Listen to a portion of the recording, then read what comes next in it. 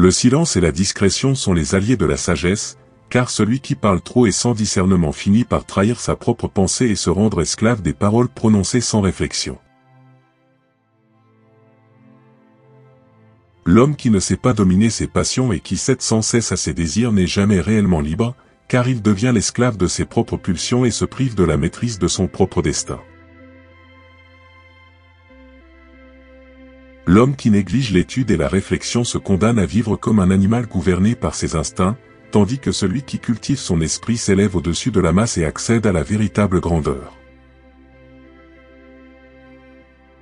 La gratitude n'est pas seulement la plus grande des vertus, elle est aussi la mère de toutes les autres, car celle qui sait reconnaître le bien reçu s'élève au-dessus de l'ingratitude et s'ouvre à une vie plus noble et plus juste.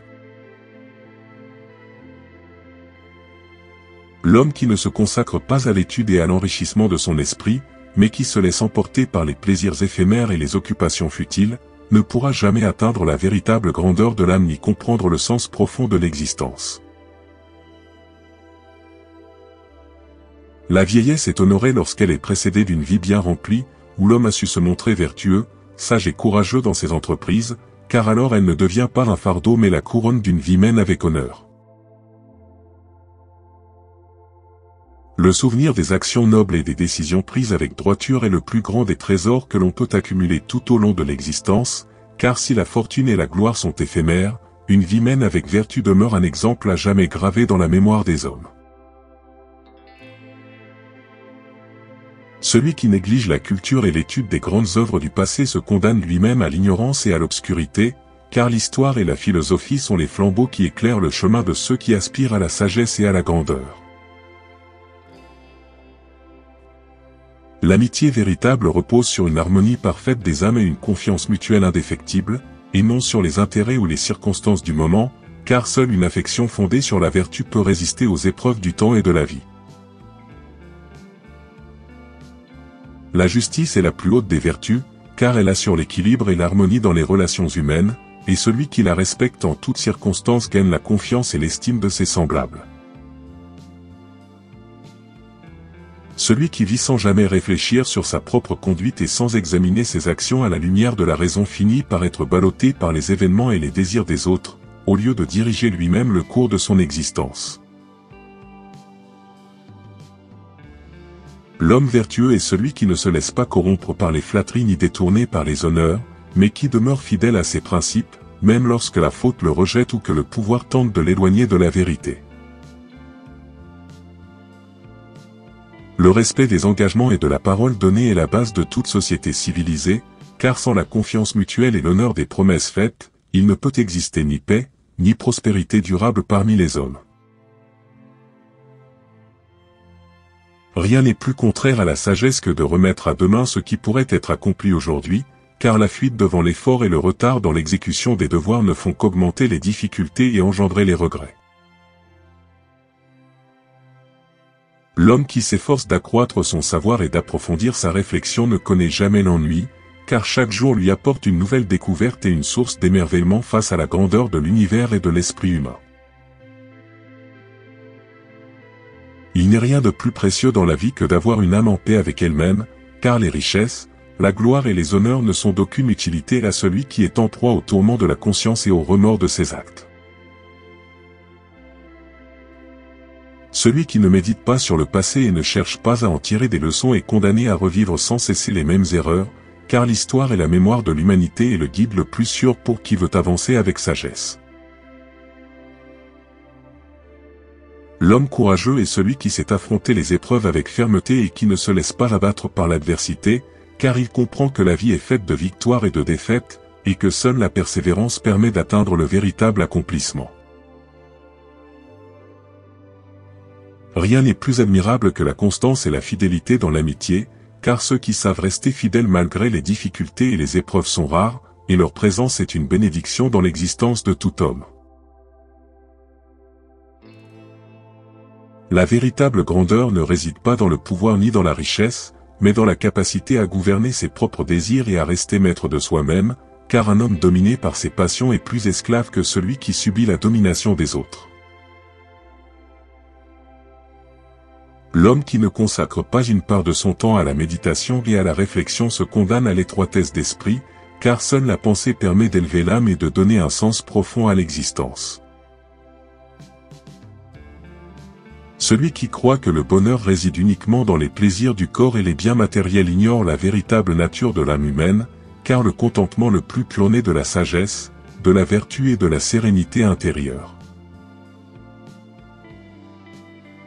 L'homme qui recherche sans cesser l'approbation des autres et qui fonde son bonheur sur le jugement extérieur ne connaîtra jamais la véritable paix, car il restera toujours dépendant de l'opinion d'autrui et esclave du regard du monde. L'humanité repose sur la bienveillance et le respect mutuel, et celui qui cultive l'entraide et la compréhension envers ses semblables bâtit une existence plus noble et plus digne que celui qui ne cherche que son intérêt personnel. La nature nous a donné une intelligence pour que nous en fassions usage et non pour que nous la laissions s'atrophier dans l'oisiveté, car l'esprit est comme un feu, il s'éteint s'il n'est pas constamment alimenté par l'effort et l'étude. La mesure et la modération sont les clés d'une vie harmonieuse, car les excès en toutes choses finissent par corrompre l'âme et par entraîner l'homme sur la voie de la destruction et du malheur. L'injustice la plus odieuse est celle qui se pare des apparences de la justice, car elle trompe non seulement ceux qui la subissent, mais aussi ceux qui la commettent en croyant agir avec droiture. Un esprit cultivé ne craint jamais la solitude, car il porte en lui une infinité de richesses, de réflexions et de dialogues intérieurs qui lui respectent la compagnie et l'élèvent au-dessus de l'isolement. L'homme sage ne se laisse ni enivrer par les succès ni abattre par les échecs, car il sait que la fortune est changeante et que seule la constance dans la vertu procure une satisfaction durable. Le véritable amour de la patrie ne consiste pas à la flatter ni à la défendre aveuglément, mais à veiller à sa justice et à son honneur, en s'opposant à ceux qui la corrompent ou le détournent de sa grandeur. Celui qui se fie uniquement à la chance de réussir dans la vie se condamne à l'incertitude et au désarroi, car le destin favorise ceux qui savent se préparer avec soin et persévérance. La vie la plus honorable est celle qui est consacrée à l'amélioration de soi et au bien des autres, car l'homme ne trouve son véritable accomplissement qu'en s'efforçant de laisser derrière lui une trace digne et bénéfique. Celui qui accorde trop d'importance à l'opinion publique et qui cherche sans cesse à plaire finit par perdre sa propre identité, car il devient le reflet des attentes des autres et non plus le maître de lui-même. Le plus grand ennemi de l'homme n'est pas l'adversité extérieure, mais son propre manque de discipline et de volonté, car ce sont ses faiblesses intérieures qui l'empêchent d'atteindre la grandeur et la plénitude. L'instruction est la seule richesse que personne ne peut vous enlever, car les biens matériels peuvent être perdus, mais la connaissance et la sagesse restent jamais gravées dans l'esprit de celui qui les a acquis. La grandeur d'un homme se mesure à sa capacité à pardonner et à dépasser les offenses, car la vengeance est l'arme des faibles tandis que la clémence est la vertu des âmes nobles et éclairées. Celui qui ne respecte pas la parole donnée et qui change de position au gré de ses intérêts personnels se condamne à perdre toute crédibilité, car sans confiance, il n'existe ni honneur ni véritable réussite. L'homme ne doit pas rechercher la richesse pour elle-même, mais pour le bien qu'il peut en faire, car accumuler des biens sans en user avec sagesse et générosité revient à vivre en prisonnier de sa propre avarice. La douleur et l'adversité sont les plus grands maîtres de la vie, car elles enseignent à l'homme la résilience, la patience et la véritable valeur des choses, à condition qu'il sache les affronter avec courage et dignité. Les flatteries sont le poison des âmes faibles, car elles les enferment dans l'illusion et les éloignent de la vérité, tandis que la critique sincère, bien que douloureuse, est souvent le plus grand des bienfaits. Celui qui apprend à maîtriser ses émotions et à ne pas réagir impulsivement aux provocations possède un pouvoir bien supérieur à celui de n'importe quel souverain, car il est même le véritable maître de lui. Il n'est point de honte à reconnaître ses erreurs et à chercher à les corriger, mais il est indigne de persister dans l'erreur par orgueil et aveuglement, car seul l'imbécile refuse d'apprendre de ses fautes. La véritable richesse réside dans la simplicité et dans la capacité à se contenter de peu, car celui qui dépend des biens matériels pour être heureux se condamne à une quête sans fin et à une insatisfaction perpétuelle. La prudence est la qualité la plus précieuse dans la conduite des affaires humaines, car celui qui agit sans réflexion et sans discernement s'expose à de nombreux revers qu'il aurait pu éviter en usant de sagesse. L'homme qui n'accorde aucune valeur à la culture et aux arts se prive de la plus belle expression de l'humanité, car la poésie, la musique et la philosophie sont les reflets les plus purs de l'âme humaine et de sa grandeur. L'amitié est un bien plus précieux que la richesse et le pouvoir, car elle repose sur une affection sincère et désintéressée, tandis que la fortune et les honneurs attirent souvent des compagnons intéressés et éphémères. Le temps est la seule ressource que personne ne peut récupérer une fois perdu, c'est pourquoi il convient de l'employeur avec soin et discernement, en ne le gaspillant ni dans l'oisiveté ni dans des occupations indignes. Celui qui néglige d'exercer son esprit finit par devenir esclave de ses instincts, car l'âme humaine s'élève par la réflexion et la connaissance, mais s'atrophie lorsqu'elle est livrée à l'ignorance et à la paresse. Il est préférable de souffrir une injustice que de la commettre, car celui qui subit un tort garde intacte son intégrité, tandis que celui qui agit avec perfidie se condamne à être méprisé et haï. La nature a tout prévu pour le bonheur des hommes, mais ce sont eux qui se détournent de la sagesse et qui recherchent dans l'excès, l'envie et la discorde les sources de leur propre malheur. L'homme qui sait écouter et apprendre des autres acquiert bien plus de sagesse que celui qui parle sans cesser et imposer ses opinions sans jamais chercher à comprendre celles d'autrui. L'envie est le plus inutile des sentiments, car elle ne procure aucun bien à celui qui en est habité et le ronge de l'intérieur, tandis que l'admiration sincère et le désir d'amélioration personnelle sont des moteurs bien plus nobles et constructifs. Le bonheur ne réside pas dans l'accumulation des biens, mais dans la paix intérieure et la satisfaction d'une conscience en accord avec elle-même, car celui qui vit en harmonie avec ses principes trouve une joie que nul événement extérieur ne peut lui ravir. L'homme qui n'accorde de valeur qu'à ce qui est visible et matériel ignore la véritable nature du monde, car ce sont les idées, les vertus et les sentiments qui façonnent réellement le cours de l'existence humaine. L'injustice la plus grande est celle que l'on inflige à soi-même en négligeant son propre perfectionnement, car l'homme qui refuse d'apprendre et de grandir se prive lui-même des plus belles richesses de la vie.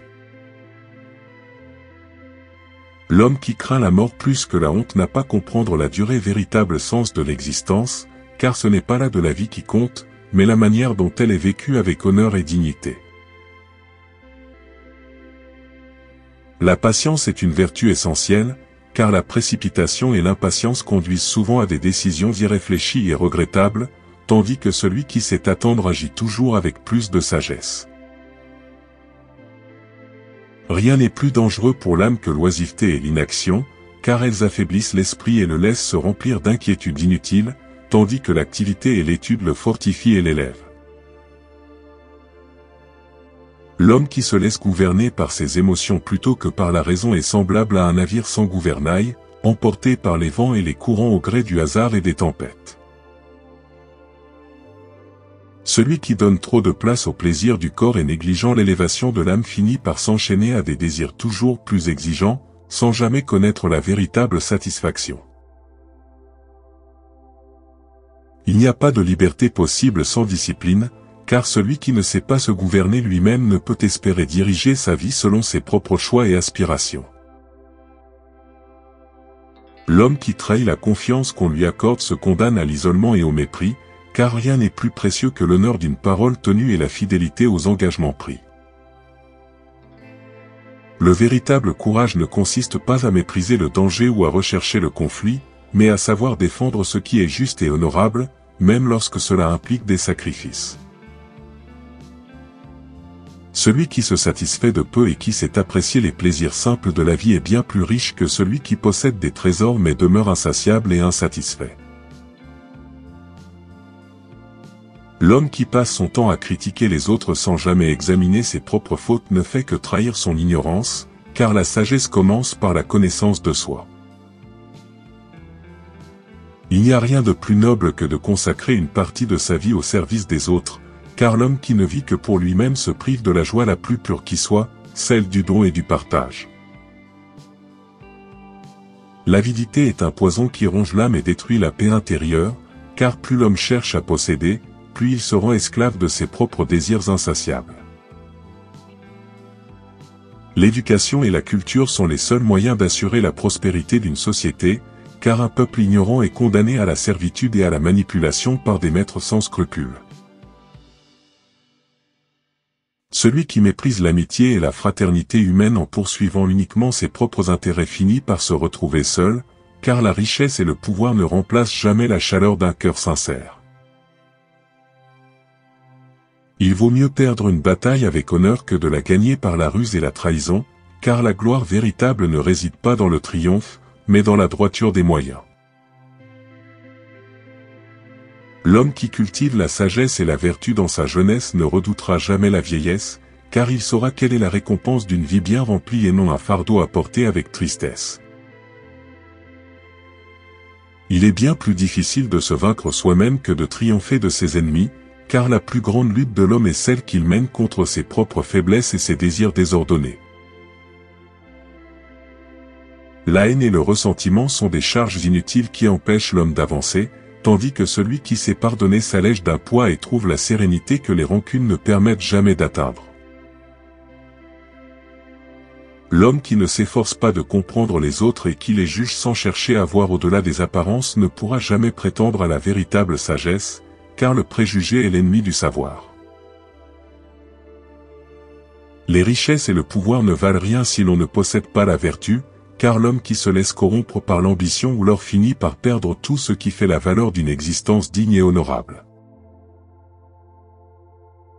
Celui qui sait reconnaître ses torts et demander pardon est bien plus fort que celui qui cherche à imposer sa volonté par la force, car l'humilité et la vérité triomphent toujours du mensonge et de l'orgueil.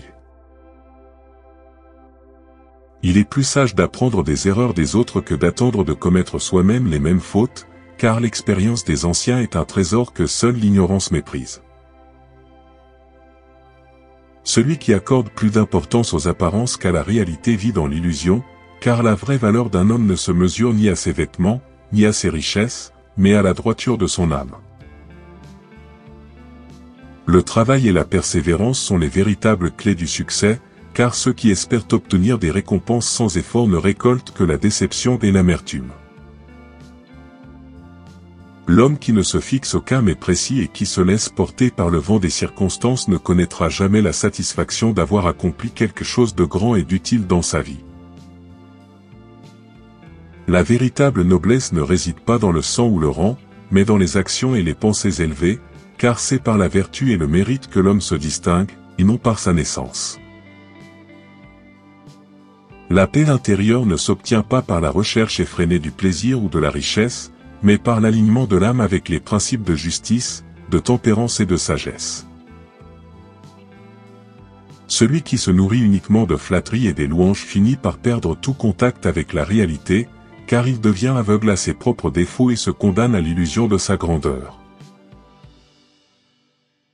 L'homme qui sait maîtriser sa langue et ne parle pas à tort et à travers possède un immense avantage sur celui qui se précipite dans les paroles irréfléchies, car le silence est souvent le refuge des esprits éclairés. La plus grande liberté est celle que l'homme s'accorde en se détachant des désirs vains et des illusions du monde, car ce n'est pas en possédant plus qu'il devient libre, mais en désirant moins. Le véritable honneur ne réside pas dans la reconnaissance des autres, mais dans la fidélité à ses propres principes, car l'homme droit et intègre n'a pas besoin du regard du monde pour se savoir juste. L'âme humaine a besoin d'exercice tout autant que le corps, car une vie sans pensée, sans questionnement et sans quête de sens est une existence vide et inutile. La meilleure façon d'enseigner la vertu est de la pratiquer soi-même, car les discours et les leçons ne valent rien si les actes ne les accompagnent pas d'un exemple éclatant.